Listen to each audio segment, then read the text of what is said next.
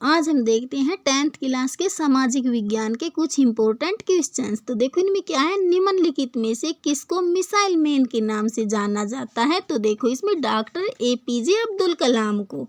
अब ये देखते हैं इसमें देखो भारतीय संविधान कब बनकर तैयार हुआ। तो देखो इसमें 26 नवंबर 1949 ईस्वी को, 26 नवंबर 1949। अब ये देखते हैं इसमें देखो इंडिया हाउस के संस्थापक कौन थे। तो देखो इसमें श्यामजी कृष्ण वर्मा, श्यामजी कृष्ण वर्मा। अब ये देखते हैं इसमें देखो दिल्ली चलो और जय हिंद का नारा किसने दिया। तो देखो इसमें सुभाष चंद्र बोस ने, सुभाष चंद्र बोस। अब ये देखते हैं इसमें देखो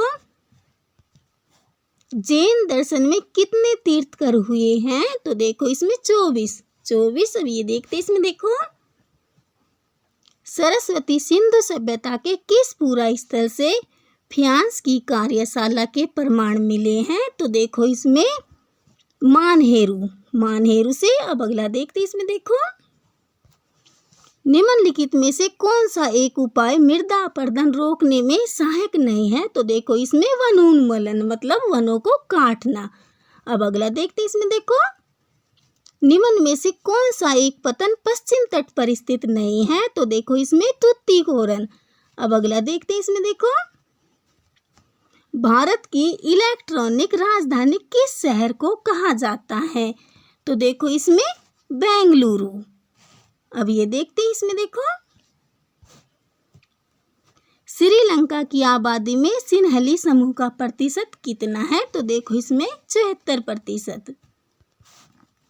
अब ये देखते हैं इसमें देखो सरकार के अंग हैं। तो सरकार के अंग देखो विधायिका, कार्यपालिका, न्यायपालिका, उपरोक्त सभी। तो इसमें उपरोक्त सभी। संघीय शासन व्यवस्थाएं रिक्त स्थान तरीके से गठित होती हैं। तो दो संघीय शासन व्यवस्थाएं 2 तरीकों से गठित होती हैं। अब ये देखते हैं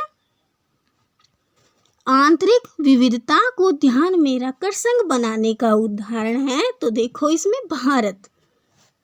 अब ये देखते हैं स्थानीय स्वशासन सरकार में कितने प्रतिशत स्थान स्त्रियों के लिए आरक्षित हैं। तो देखो इसमें 33%। 2011 की जनगणना के अनुसार भारत में हिंदुओं की आबादी कितनी है। तो देखो इसमें 79.8%। चीन रिक्त स्थान एक उदाहरण है। तो चीन एक दलीय व्यवस्था उदाहरण है। चीन एक दलीय व्यवस्था उदाहरण है। अब ये देखते हैं 14 वर्ष व 15 वर्ष के स्कूल जाने वाले बच्चों का इसी आयु वर्ग की कुल जनसंख्या में प्रतिशत कहलाता है।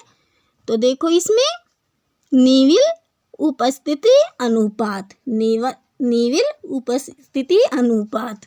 अब ये देखते हैं इसमें देखो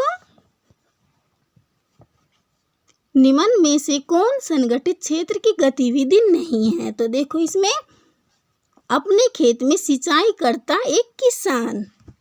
अब ये देखते हैं इसमें देखो ऋण के औपचारिक स्रोत में क्या शामिल नहीं है।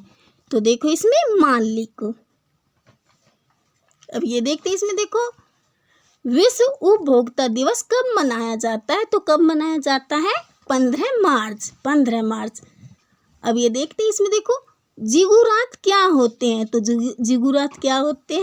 तो देखो सुमेर के नगरों में पिरामिड के आकार के ऊंचे मंदिरों को जिगुरात कहा जाता है।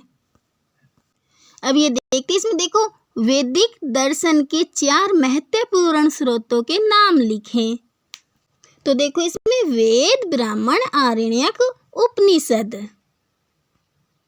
अब ये देखते हैं इसमें देखो बहुउद्देशीय परियोजनाएं क्या हैं। तो देखो जो परियोजनाएं एक से अधिक उद्देश्यों की पूर्ति के लिए बनाई जाती हैं उन्हें बहुउद्देशीय परियोजनाएं कहते हैं।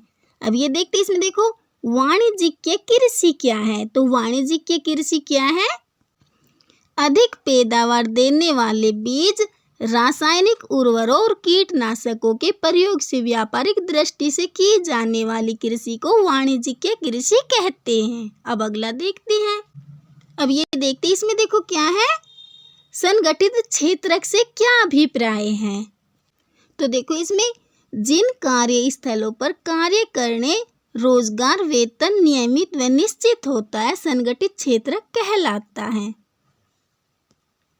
अब ये देखते हैं इसमें देखो सामुदायिक सरकार के अर्थ बताइए। सामुदायिक सरकार के अर्थ, तो देखो इसमें एक जाति भाषा या सांस्कृतिक लोगों द्वारा चुनी गई सरकार। एक जाति भाषा या सांस्कृतिक लोगों द्वारा चुनी गई सरकार सामुदायिक सरकार कहलाती है।